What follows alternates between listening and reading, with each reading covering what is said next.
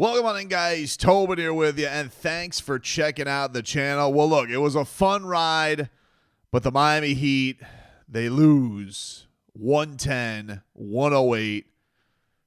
Morant hitting a fadeaway shot over Kel'el Ware, bouncing, dancing on the rim, goes in, and the Miami Heat lose at the buzzer. 110-108, and have officially locked themselves now into the play-in, and have now assured themselves a losing season, only the third time in 17 years for this Miami Heat club. I just cannot speak enough about this game. I thought it was a fantastic game. I mean, it wasn't the prettiest game in the world, and certainly from Miami's standpoint, I was asked today about, I categorize a lot of these games, right? And I thought that the Boston game, for me, for the Miami Heat, that was a show-me-something game. They had beaten up on a lot of cotton candy over this win streak, and they had gotten themselves right. But, if you're really going to show that if there's a growth, you go beat the Boston Celtics in their building. And they did that. They took it to them, made Boston tap out. Any other time you have a loss like this and you lose the way that you did, if you could just take out of it, the Miami Heat had a 10-game losing streak, are where they are in the season. If you could just say, hey, they had a 6-game win streak. They had to fly from Boston to Miami, second night of a back-to-back, and the other team, your opponent, were just sitting here waiting for you. I don't know how the hell the schedule gods made this one, and you basically end up losing on a bounce. It's really hard for me to get pissed off about that. I thought Miami actually played a pretty damn gutsy game. And when I was asked to describe this game going into it, I said, this is a Stones game for Miami. If you win this is a Stones win, and you could actually probably talk about maybe running off the rest of the season, and maybe they would have been able to finish 500 because you basically have the Bucks coming in who have Giannis, but the rest of the games seem very winnable. This Memphis team, the only thing I guess that's disappointing about it is just that Memphis is a bit of a mess right now, and they haven't been winning a lot, but they very clearly have a lot of talent. And in a lot of ways they were kind of falling into the Western Conference version of the Heat, where we'd been sitting here and it'd be like, we all see the names on this Heat roster, specifically Bam Adebayo and Tyler. It doesn't make sense a team like that loses 10 straight, and especially the way that it does. It is a kick in the junk, though, this season, because you've suffered a good amount of these. I mean, this is just the second one recently. Vardy, I was just getting over the Cade Cunningham buzzer beater that they lost, and now Morant gets the switch, Kel'el Ware on him. I thought Kel'el did a pretty good job, too. Obviously he didn't block him, and I thought Ja pushed off very obviously, but I understand the referee's not going to call little guy doing that to a 7-1 player. Threw up a prayer. There was basically no consequence for him because it was tied. It was not like they were down. Tyler Hero hit a big shot to even things up. Tyler Hero, man, did he have a great friggin' game. Miami was down 108-106.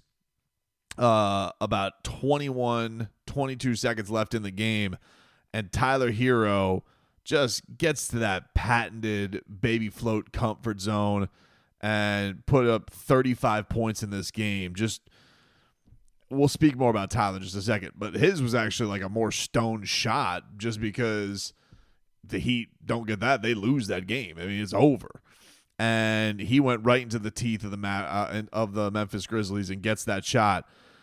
He said this afterwards. I saw on Alex Toledo from 5 Reasons and Sports Illustrated said they went out of that timeout with 2 things: just get me away from Davion Mitchell and get me away from Bam Adebayo, and I'm gonna go beat Ja. Now, This is going to be the intangibles talking, all right? Guilty, all right? Intangibles, Tobes. I don't know what a pigeon is. Like, as far as he referred to Kel'el Ware as a pigeon, and I would imagine, I can't imagine that's a compliment. I mean, a pigeon's a dirty bird. It's basically a rat with wings. It's the lowest form of the bird family. So I just, on face, I'm like, well, that's an insult. I don't exactly know. I mean, I'm the loser who's like looking up Urban Dictionary, and I'm like, that one doesn't sound right. And then I'm like asking my friends, non-intangible friends. I'm like, intangible here? Pigeon? Anybody got anything for me? But I like, listen. I knew it to be something that's like, well, he's just taking. I think basically he's just like, oh, that's the perfect matchup. That's the target right there. Boom, I got him. And he made the shot. What can you do? Kel'el Ware afterwards, this was him after the game, he referred to it as a lucky shot. The switch onto John the last possession, did you expect more help? And what was your view kind of how it unfolded? No, it's just guard your yard. You got the lucky shot. That's it. I can't get on the kid there. I think that he's just growing in so many ways, and I thought that he did such a great job, and really, I thought was a big key in this comeback a couple of times for Miami. He had a huge block. Bam Adebayo comes back in the fourth quarter because Tyler Hero was basically carrying Miami. So Miami, about 4 minutes left, and Ware had like a pretty look that like rolled in and out. But he get it back. Bam takes it right to Jaren Jackson Jr., gets Miami to within a couple points with 3 minutes left. Ware then comes back, gets a block on Desmond Bane. Miami is able to keep keep possession. Bam then goes to Aldama to tie it up, gets himself to 26 points on the night. Bam was absolutely fantastic. Got off to a rocket fuel start in this game. Game started on a 9-0 run by Bam himself. He was really taking it to Jaren Jackson Jr. Jaren I ended up getting a pretty big three in this game late to give Memphis that lead, 108-106, because Davion Mitchell hit a three to put Miami up because John Morant had blown by Tyler Hero, gave Memphis the lead. There was a ton of lead changes in this game. Davion Mitchell hits a three. Big onions. 106-105, Miami's up. Jaren Jackson Jr., after Bam, the first possession, gets a stop on Triple J, gets the rebound. Minute 30 left. Bam comes back, hits a jumper, rims out. Jaren Jackson Jr. then answers. He hits a three ball to put Memphis up 2. And then Bam, with about a minute left, Bam tries to shoot a jumper over Ja. It's short. Miami gets the stop, needs a stop. Bam Adebayo then blocks the holy hell out of John Morant. Building's going crazy. Building's going absolutely nuts. Ball ends up going off of Memphis. There's about 21 seconds left. The only thing you could have said in that situation is Pella could have, like in that situation, maybe kicked it to Hero, ended up with the ball. They don't. It ends up, he tries to find Kel'el Ware. It ends up going off on a bounce off a Grizzly. And Miami's the time. Tyler ties it up before we get to the game winner. But, dude, there were so many lead changes in this game. It was like ping-ponging back and forth in this affair. In the third quarter alone, there were 8 lead changes. And in the fourth quarter, I think there were 7. So you had 15 lead changes in the second half alone in this game. Wild affair. It was tied 8 times. These two teams really just had a great battle between them. But Tyler Hero in that third quarter was so damn good and had a huge moment because Scottie Pippen Jr. was getting off. They get to an 8-point lead, and you're starting to think to yourself, you're like, man, Miami was not having a very good offensive game. this could spell trouble. This could spell trouble for this. And they're getting very fired up. Ja Morant at one point, this was kind of weird. By the way, he kept doing the finger gun celebration. Like, he did not stop doing that. I don't care about him doing gun celebrations because I'm a grown up and I can see a grown up make finger guns and realize he can't actually kill me with that.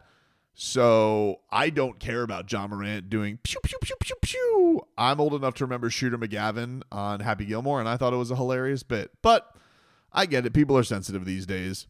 But the one thing that Ja got really upset about, there was a play where he thought Pelle Larsson fouled him, didn't get the call, and so his response was basically just to shove Alec Burks, and he just yells at the ref, "That's a foul!" And the ref teed him up. And I was like, that wasn't very mature. People say about Ja Morant, they're like, listen, very talented guy. He's not very mature. And I got to say, mind you, we haven't gotten to see him against the Miami Heat since October of 2021. I think he has missed 6 or 7 straight games against the Miami Heat. He's awesome, but he is not very mature. Now, would I still take him on this basketball team if those chips fall where they may? Hey man, you guys can see what a terror he is. But in fairness, Tyler did, honestly, just as good as Ja Morant today, if not better. He was so friggin' good, Tyler Hero. And Bam was great too. But the Heat get down 8, and you're like, Other losses you could start seeing, Miami would be, all right, this is where the wheels come off. No. Come right out of the gate with a timeout. Kel'el Ware gets a lob from Hero. Then Davion Mitchell, who I can't speak highly enough about. I friggin' love this guy. I really, really do. And you obviously knew because Davion, like what he told to Alex is like they wanted to stay the hell away from him and they want to stay the hell away from Bam. But this guy, his superpower of drawing offensive fouls, getting over screen is so impressive. He does it once a game, but he did it today twice or 3 times of getting the Memphis Grizzlies to illegally screen him. He times it perfectly, and just was such a big factor on all of this. But Tyler Hero hits a big onions 3. Then Kel'el Ware blocks Scottie Pippen Jr., who was cooking, comes back, hits a 3, ties it at 70 apiece. And I was just like, man, the warehouse is open. Very impressive from the young lad today. I thought he was. I thought a lot of guys in the Heat played some really good basketball. And I thought also Ja Morant in that second half was friggin' incredible. The dude is a human pogo stick. He is tough to stop. And, he finishes today with 30 points. I think he had 27 in the second half. Tyler Hero, was finished with 35, but did most of his damage. He had a 19-point third quarter, and Miami needed every single bit of it. The only thing you can say today is the big difference from today as opposed to the Boston game is you just didn't get the punch from the bench like you did the previous game, and that's understandable. Like, they're role players. Role players don't show up every single night, otherwise they would be stars. But even still, I thought Miami obviously gave itself a chance, and it's unfortunate because the opportunities were there to make it 7 straight, and that would have been a cool way to go. But I really didn't think like Miami took a step back in any way from this basketball game. The only thing you're really disappointed with losing to a team like Memphis is like, they're not going so great right now. But I thought they also played very, very tough. And, yeah, they probably had a little bit of a leg up on the fresh legs to get Miami, to back Miami off a little bit with some jabs and dictate the rounds a little bit. And that was that. For Ja Morant, he is dealing with whatever the hell he's dealing with. I don't know what his summer's going to end up being. But I will say, for not getting to see him play in 6 years against the Miami Heat, yeah, he's still very awesome. He's an athletic freak. Does he do some weird stuff with the theatrics? For sure. But, I'm not somebody who's offended by this. And I thought that Tyler Hero, who at one point, what was it? He has the famous quote to Taché, right? Where he says he's in the same class as Ja and Trey and Luka. And I think the thing that's impressive about Tyler is probably the only guy that you could say he's not in that class yet is Luka. I mean, Trae Young for sure. If you are talking about like who guys are trading, yeah, maybe they're taking Ja Morant because of athleticism and upside and what he's done for leading his teams, but man, you want to talk about like if you really were to talk about all of the talent of those 3 players and who's got, the least amount of question marks these days, probably Tyler. Probably Tyler. And so that's a credit to a kid who, when he did that interview was 20, 21. And yeah, he was every bit as good as Ja Morant today. He was so friggin' good. And, Bam, outclassed Jaren Jackson Jr. in this game. But, dude, it was a great game between these two teams. And whether it was a great shot or a lucky bounce or,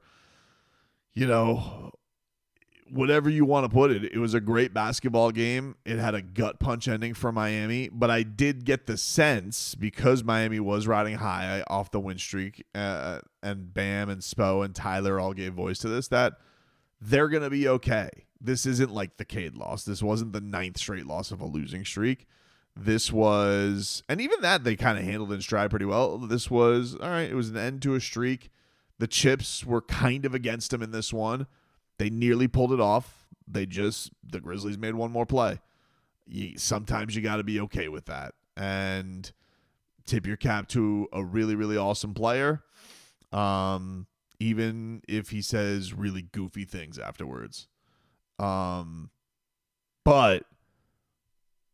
overall, I think Miami can turn the page off of this. I think they got an interesting challenge coming up against Milwaukee, who has their own adversity to deal with the whole Damian Lillard scenario. But Giannis is, still putting up monster numbers, even if it is against the Sixers, who we just saw are no first prize. He's putting up like Greek freak type stat lines. So Miami's going to have its hands full. He always brings it. And, they got to be on point if they're going to try and keep afloat. I'll give you a quick standings update. Miami, with this loss now, is 42 losses, so they're 2 back in the loss column of Atlanta and Orlando. Now, they are going to play each other a pair of times, so there's going to be some, and that next game is, well, that doesn't make sense. Orlando's off that many days. How the hell does Orlando get the whole weekend off? The hell is that? Well, Orlando doesn't play until next Tuesday. They only have 4 games left. How the hell did that happen? I guess Miami has 5. They're scheduled the whole weekend. So they got Atlanta twice with Boston, Indiana mixed in there. But yeah, right now Miami is still looking up, and still they get to host a play-in game as of right now. They got to finish ahead of Chicago. They got a game coming up against Chicago, and then they'll see if they can still work in there to end up in that 2-7 spot. If they end up in that first play-in matchup, but for right now, no, they're still in the 9-10, and that means that they're going to have to win 2 games to get in. Which, you feel better about the way they are playing now. I had no faith with that like 2 weeks ago, but this team seems in a much, much better spot mentally, and it's understandable. They've been playing really, really great basketball, and even Spell mentioned. I think the one encouraging thing is he mentioned today about not having Andrew Wiggins, which leads you to believe that I took that as they think they're going to get Andrew Wiggins back. when I was reading some of the quotes from Ira Windeman, I was like, that's not encouraging. When he mentioned that kind of unsolicited today, I was like, oh, all right, that kind of sounds like he's close. And Duncan Robinson came back today, so that was encouraging news. Terry Rozier did not play. He had tummy issues. I got to find out what the hell is going on this team playing where somebody's getting taken down left and right. We're talking about the wrong controversy with these LeBron cookies. We got to figure out what the hell's going on in this team playing where everybody keeps getting off of it with a stomach bug. It's crazy. Another story for another day. Ja, lucky shot, dude.